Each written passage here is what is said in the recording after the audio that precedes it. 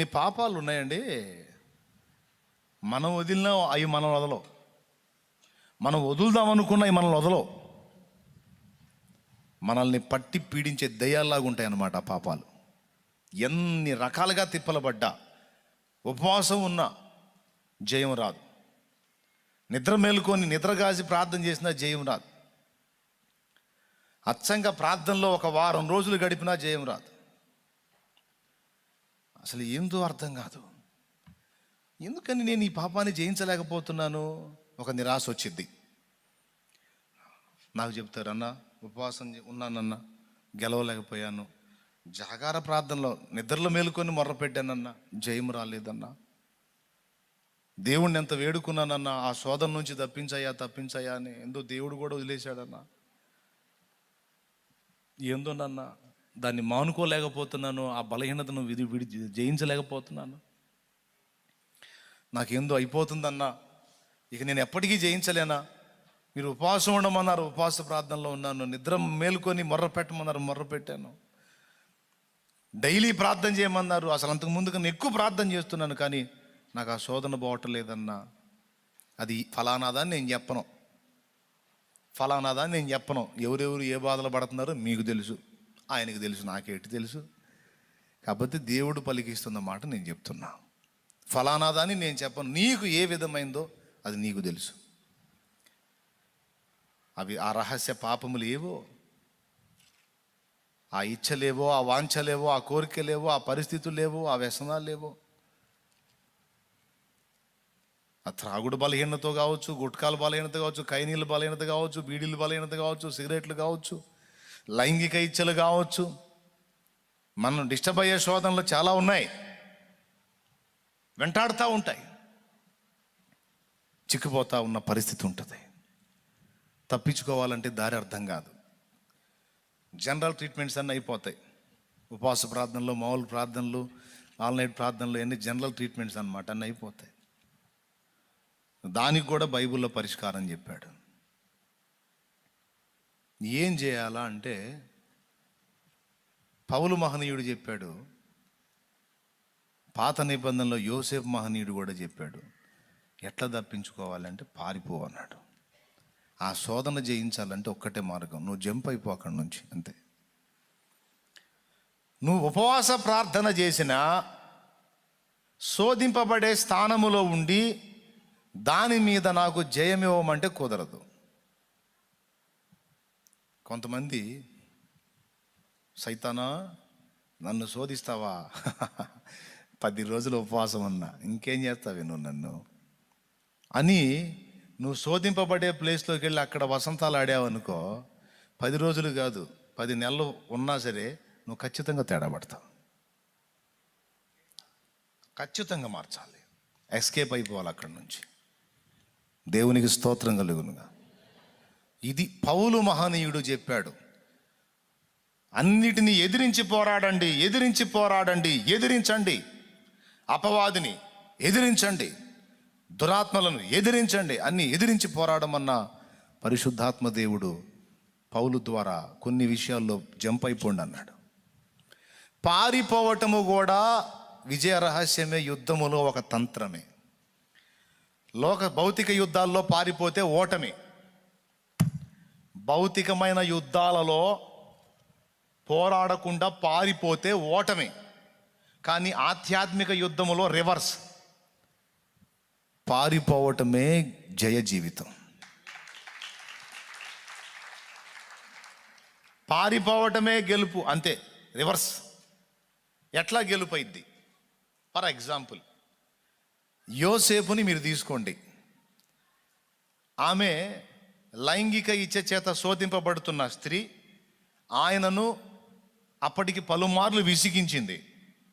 ఆ రోజు పక్కా స్కెచ్ గీసింది, స్కెచ్లో పడ్డాడు. ప్రార్థనాపరుడు, ఆత్మీయుడు. ఇంకా ఒక మాటలో చెప్పాలంటే ఆయన ఎంతో అద్భుతమైన వ్యక్తి కాబట్టి యెహోవా ఆయనకు తోడై ఉన్నాడు. ఎవరికి? యోసేపుకి. ఇంత గొప్ప వ్యక్తి, అవునా? ఇప్పుడు యోసేపు ఆయన్ని శోధించినప్పుడు పారిపోయాడా, అక్కడే ఉన్నాడా? పారిపోయాడు, అక్కడే ఉన్నాడా? మరి ఇప్పుడు యోసేపు నిగ్రహం గలవాడా కాదా? పట్టుదల కలిగినోడా కాదా? చెప్పండి. నిగ్రహం కలిగినోడా కాదా? నిగ్రహం కలిగిన వాళ్ళు చేతులు ఎత్తండి. నిగ్రహం గలవాడే అన్నవాళ్ళు చేతులు ఎత్తండి. గొప్పోడు, మహానుభావుడు. ఓరు చెప్పారు? నాకు తెలుసురా, నువ్వు చెయ్యి ఎత్తిస్తావు మళ్ళీ బుక్ చేస్తావని. ఓరు చెప్పారు నిగ్రహం గల్లోడని? నిగ్రహం గల్లవాడని తనను తాను అనుకున్నట్టయితే పారిపోడు. అక్కడే ఉండి ఆమె టచ్ చేస్తుంది అనుకుంటా అక్కడే ఉండేవాడు. దేవునికి స్తోత్రం. అర్థమైందా? నిగ్రహం గల్లోడైతే. కానీ లేడాడ, జంప్ అయిపోయాడు. అంటే అర్థం ఏంటో తెలుసా? తానెంత బలహీనుడో తనకు తెలుసు. దేవుడు తనకు తోడై ఉన్నాడని కూడా తెలుసు. అదే టైంలో తన వయస్సు, తన స్థితి, తన దేహంలో ఉన్న పాపం అది ఎంత బలీయంగా మనిషిని శోధిస్తుందో తెలుసో యోసేపుకి. అందుకే ఇప్పుడు ఏంటి దేవుడిచ్చిన ఆలోచన ఏంటి అంటే, ప్రభువా నిగ్రహం శక్తి నీ ప్రభువా, నిగ్రహం శక్తి నీ ప్రభువా, ఓర్పు నీ ప్రభువా, సహనమీ ప్రభువా, అయ్యా తట్టుకునే శక్తి నీ ప్రభువా, యవనేచ్ఛలని అణిచివేయి ప్రభువా అని ఇన్ని దేవుడికి చేస్తే దేవుడు అంటాడు, ఇంత సరుకు అవసరమా, నువ్వు ముందు అక్కడి నుంచి పోరా అంటాడు. ఇన్ని ఎందుకు నీ గోల? పక్కకు పోక ముందు అక్కడ పక్కకు పో అంతేనా ప్రభు? ఏమి అవసరం లేదు బ్రో, ముందు పోవాయా పక్కకి. అరే అక్కడే కూర్చొని కొంతమంది ఏమంటారు, మమ్మల్ని శోధనలోనికి తేక దుష్టి నుండి కీడు నుండి తప్పించుము. పరలోక ప్రార్థన చేయండి అందరూ కలిసి. పరలోక ప్రార్థన చేయండి తొందరగా. పరలోకమందున్న మా తండ్రి, నీ నామం పరిశుద్ధపరచబడింది కాక, నీ రాజ్యం మాకు వచ్చును కాక. చేయండి. నోటు కొనుక్కుంటున్నారు, అని పెద్దగా చేయండి.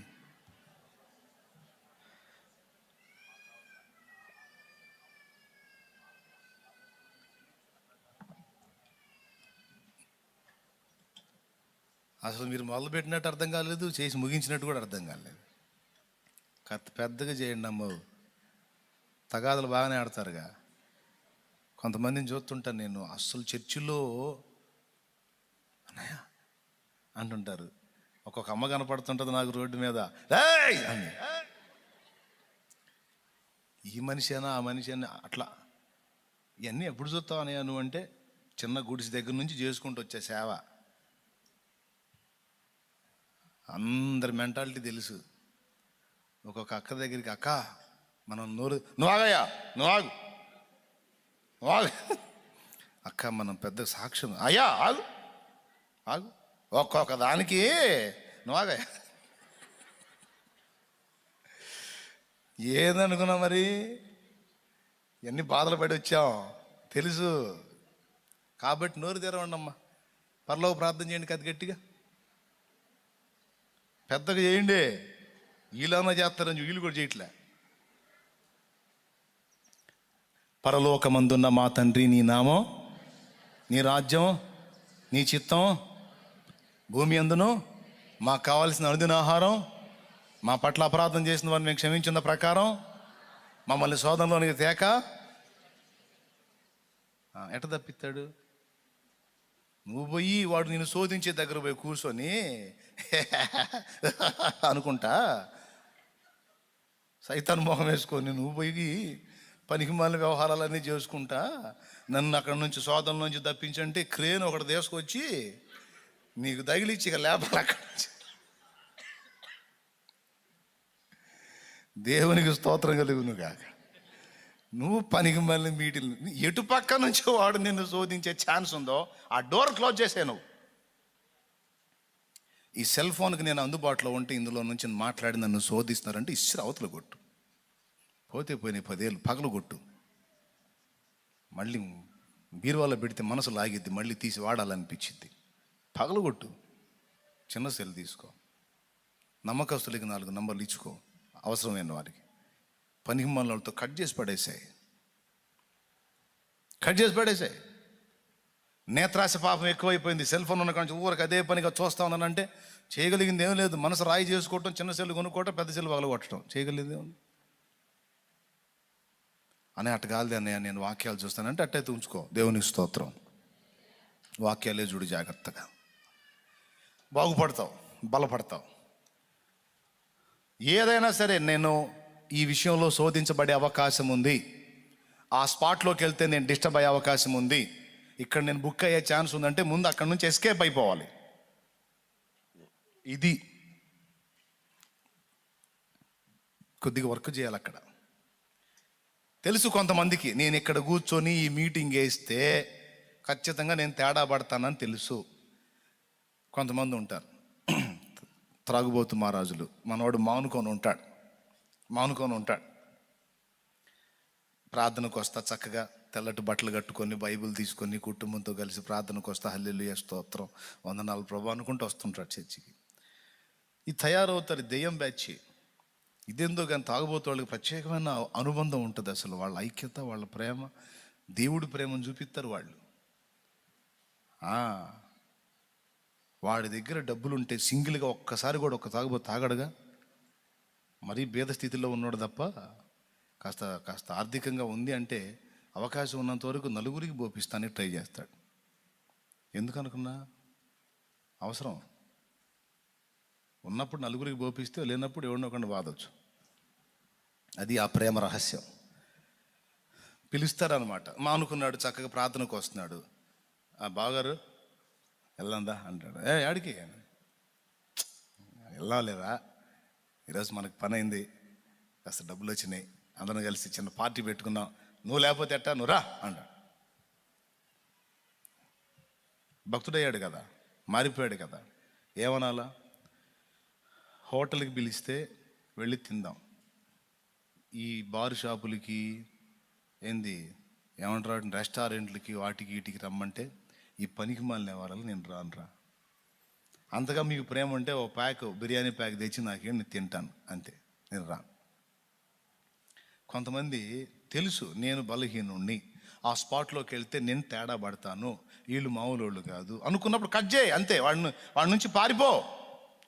అంతేగాని వాడితో నిలబడి పార్టీయా నేను మానేశాగా, నేను ఇప్పుడు వాటలేదుగా, నేను తాగట్లేదుగా, నాకు తెలుసులే బాగా నువ్వు తాగట్లేదుగా, నువ్వు తాగుతున్నాను మేము అన్నావు, నువ్వు మానుకున్న భక్తుడు అయ్యావు కదా అంటే అయ్యానుగా. ఇంతకేంది, ఎంత వచ్చింది? వాడికి వచ్చిందో 1,00,000 రూపాయలు వచ్చిందంటే. 1,00,000 వచ్చిందా, అబ్బో గట్టిగానే ఉంటుందిగా పార్టీ, ఈసారి అది తెప్పిస్తున్నాం, అది స్పెషల్. గుటకేస్తాడు అప్పుడే, గుటక స్పెషల్ అనేసరికి ఏం లేదు కానీ మానేశాలే, తాగట్లేదు. పాపం అమ్మాయికి తెలిసినా కూడా ఊరుకోదు, ఎందుకు వచ్చిన గొడవ, సగం సందు. అయినా నువ్వు ఆడుకొస్తే మేమేమో నీకేమైనా బలవంతంగా దాపిస్తామా, లేకపోతే నువ్వు ఆడుకొచ్చావని ఏమన్నా అక్కకి చెబుతామా, నువ్వు రావయా, ఎందుకులే అని. అరే ఆ మెతకెందుకు, పొండ్రా బాబు నేను రానంటే పోయిద్దిగా, ఎందుకులే అని అంటే వాడు ఇంకొంచెం పట్టుపడతాడు. ఇది ఎట్ట తెలుసు అంటున్నారా? అట్ట పోయి బుక్ అయిన వాళ్ళు చాలామంది ఉన్నారు, అందుకని చెబుతున్నాను నేను. నమ్మకంగా వెళ్తాడు చిన్నగా, ఏమనుకొని వెళ్తాడు, మనం వెళ్తాం కానీ తాగుతామా ఏమన్నానా, మనం తాగంగా అనుకుంటాడు. కానీ దుష్ట సాంగత్యం మంచి నడవడం జరుపుతాను ఉందిగా, పోతాడు. ఆ డార్క్ లైట్లు ఉంటాయి ఆడ, అందులోకి అడుగు పెడితేనే అదొక రకమైన వాతావరణం కనపడుతుంటుంది.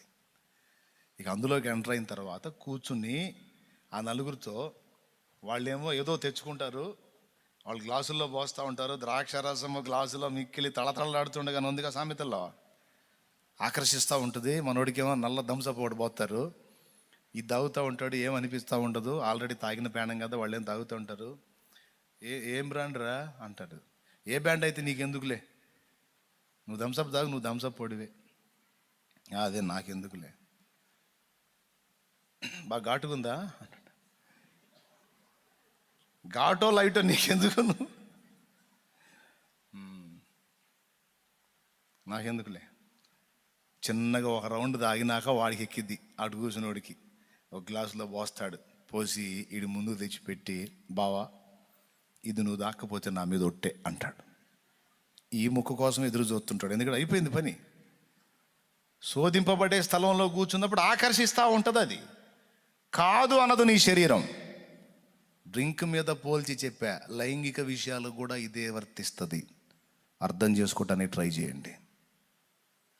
నేను చెప్పే విషయాలు నయానో భయానో నవ్వించో కవించో ఒక ముఖ్యమైన సమాచారం మీ మైండ్లోకి తీసుకెళ్ళాలన్నది నా ప్రయాస. దేవునికి స్తోత్రం చెప్పండి. మద్యం మీద పోల్చి చెప్తున్నా, సకల విషయాలకి ఇంతే ఉచ్చు. అవతల మనిషి కొంచెం మెతక భావం కలిగి ఉన్నారు, వారితో నేను సంభాషిస్తే ఖచ్చితంగా తేడా పడతాను అనుకుంటే కట్ చేయాలి. అవతల వ్యక్తులు కట్ అయ్యే అవకాశం లేకపోతే నువ్వే కట్ అయిపోవాలి. కాస్త 10 కాలాల పాటు పవిత్రంగా బతకాలి, పరిశుద్ధంగా బతకాలి, భక్తి కాపాడుకోవాలి, దేవుని యొక్క నీతి నియమాల్లో ఉండాలి, మనశ్శాంతిగా ఉండాలి, సంతోషపెట్టాలి దేవుణ్ణి అంటే బలహీనమైన పాపాల్లోకి వెళ్లకుండా కాపాడబడాలి అంటే తప్పదు, పారిపో, తప్పించుకో. ఈ రౌండ్లో కూర్చుంటే నన్ను బుక్ చేస్తారు. ఈ మనిషితో సంభాషణ చేశానంటే ఖచ్చితంగా నేను తేడా పడతాను. అన్యుల సంగతి అటు నుంచి విశ్వాసులైనా సరే, అన్న అనుకున్నా, అక్క అనుకున్నా, తమ్ముడు అనుకున్నా, చెల్లి అనుకున్నా, ఏదనుకున్నా సరే హద్దే. అది దాటిందా అంతే సంగతులు. ఇక ఘోరమైన నీచానికి దిగజారుస్తాడు సైతానుగాడు. ఇవ్వకూడదు ఛాన్స్. కట్ చేయాలి, తప్పించుకొని వెళ్ళిపోవాలి. ఎందుకు ఇంతసేపు చెప్తున్నానంటే, పౌలు మహనీయుడు చెప్పాడు, ఖాళీగా ఉండొద్దు, శ్రమపడు, సువార్థికుని పని చేయి, ప్రభు పని యందు పని కలిగి ఉండు, బిజీగా ఉండు. అంతేకాదు, ఈ వర్క్లో ఎప్పుడన్నా గ్యాప్ వస్తే ఆ గ్యాప్లో నీ యవ్వనేచ్ఛలు నిన్ను శోధించు అవకాశం ఉంది కనుక వాటిని విడిచి పారిపో. చూస్తారా ఎక్కడ రాశాడో, ఎక్కడ చెప్పాడో? తీయండి. పారిపో అని ఎందుకు చెప్తున్నానో తీయండి, బైబిల్లోనే ఉంది ఆ మాట.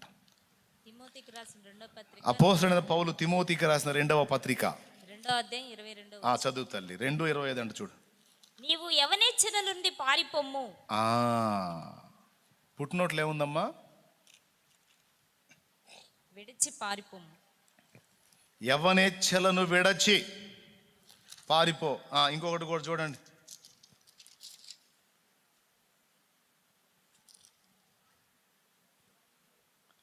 కొరింథీయులకు రాసిన పత్రిక